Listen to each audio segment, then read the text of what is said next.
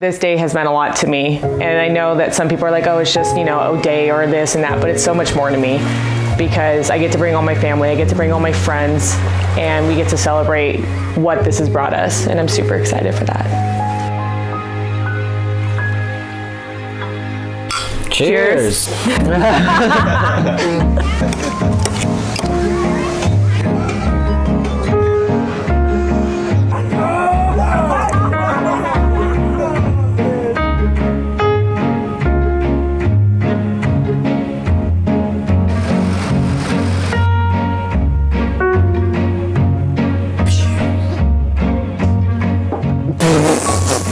What?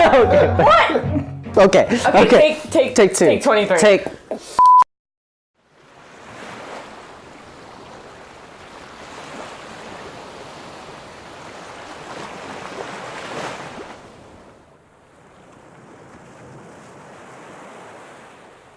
When I met Isaac, apparently it was the second time that we had met each other. I don't remember the first time, and I'm sure he's going to tell you this too. She's going to say that we have different stories and different times and how we met. And it wasn't until when we actually had a class together, which was psychology. I met him in our psych class in high school, and he was sitting across from me. So our classrooms were split into two sides. I was sitting on this side, he was sitting on this side, and we were directly across from each other. And she was sitting maybe three rows to the right of me. Our teacher had us do an icebreaker where we would go and ask people 2 questions. I don't remember what my questions are, but you had to go and ask every single person to do like a survey. So you had to go and ask everyone 2 questions. His first question was, do you have a phone and can I get your number? Smooth motherfucker. And so the first time I was like, almost like, no, that was the end of that. And so it wasn't until later I did some kind of like M&M artwork. He had made like a Pac-Man out of candy M&Ms, like the little tiny M&Ms, and he made a Pac-Man out of it. I was like, oh, that's so cool. She was like, oh, that's super dope. And she was like, can you send that to me? And I was like, yeah, give me your number. And he's like, well, first of all, I need your number. And I was like, damn it. He kind of became like one of my best friends at that point, and our feelings kind of got the best of us, and we had to stop being friends like about 3 or 4 times. And so it just kind of went back and forth, and the beginning parts of the relationship were a little rough because, it was a lot of tension. Maybe 2-3 weeks into the actual class is when she actually, I think, broke up with her boyfriend. Yeah, wouldn't you know it, the week after graduation, he gets broken up with his girlfriend. And it starts the whole cycle over again.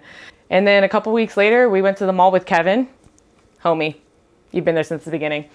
And we ended up coming back here. Kevin dropped us off. And I think Kevin was sitting in the living room. I'm sorry, Kevin. And we were just in the room, like sitting there talking to each other. And he's like, yeah, I was wondering, And I was like, oh shit. And he's like, I was wondering if, you wanted to be my girlfriend. And I just remember like everything just stopping.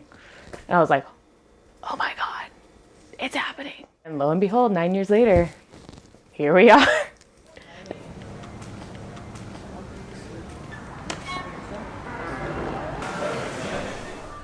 So about 3 years ago when we opened the bar, we were working full time, both of us. We were working 12, 13-hour days. I'm talking full time. And I was running myself into the ground, so was he. But what happened was right before Christmas, I ended up coming down with pneumonia.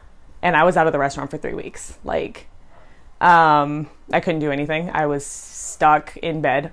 And this one would work double shifts just to make sure that, we still had the money coming in. And he would come home, make sure I took my medicine. He'd bring me soups. He'd bring me food. He'd always make sure I was fed.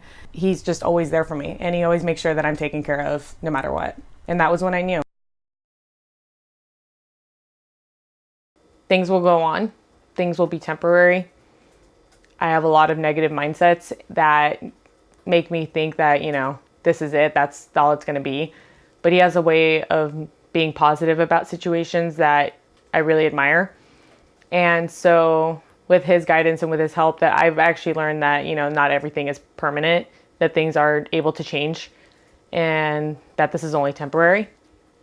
And that's probably like one of the biggest things that I've taken away from him.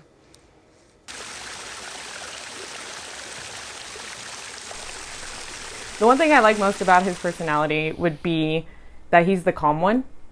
He knows how to bring me back down to center. I'm the hot-headed one, as everyone in this entire room can probably tell. I'm the hot-headed one. He's the little Buddha.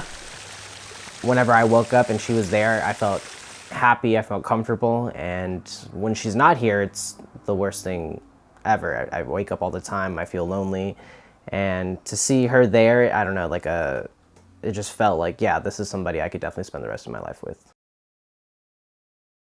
They loved Alma, especially my mom, because my mom always wanted to have a daughter, so she spoiled Alma rotten. Your mom's my favorite. For damn sure. Oh yeah, every time I'd see her, I'd always get like little random presents. It'd be a bracelet here, it'd be a hair accessory here. Alma rotten, exactly. Yeah. And so the best part is that now they're like really good friends. Even to this day, like my grandpa will tell you he likes Isaac more than me, and he would prefer him to be part of the family. And so they're really glad that it's him. Oh yeah, eat it up. They're really glad that he's the one that I chose, because yeah, he always takes care of me. They've always liked that, and they always think he's a really good guy.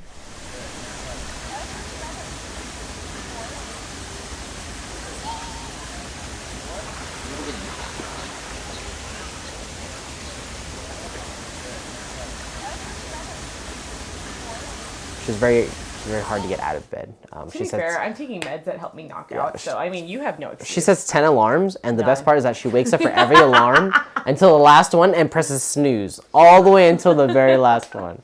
And like, I just don't understand. I'm just like, just get up. Like, because what happens is I'll fall back asleep in between those ones. So it's like, and she turns it off. I'm like, okay. 5 minutes later, you're like, every single time until she has to get up. And it's super funny because I'm just like, oh, okay, snooze. Yeah, it's terrible. And then she blames me. She's like, you're terrible at getting me out of bed. No, to be fair, he really is, because he'll do the, babe, you need to wake up. It was so nerve-wracking because she was getting ready and I was getting ready, and I had to make sure that I had the ring, hidden. And the best part is that if you see the pictures, I had the ring in my breast pocket, so you can see like this breast was a little bit higher than this. So I looked like I had like a D cup on this one and like an A cup on this one. We had the whole corner set up where we were overlooking the Bellagio fountains in this little tucked away corner. And just the entire time, just trying to hold my anticipation and excitement for it.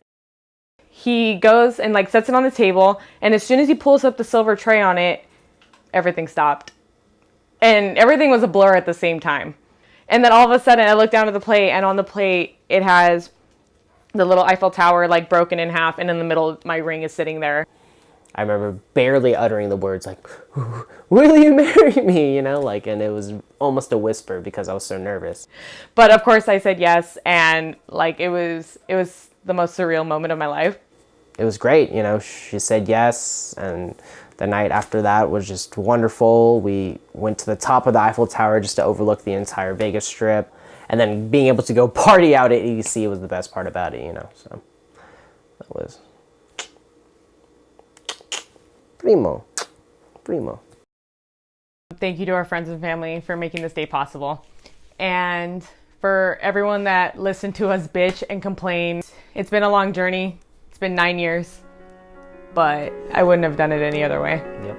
It's realizing that I'm about to marry someone and have them in my life forever. Not only that, maybe even start a family. To know that when I walk down that aisle, he's going to be there at the end, and that I get to spend the rest of my life with him is super special to me.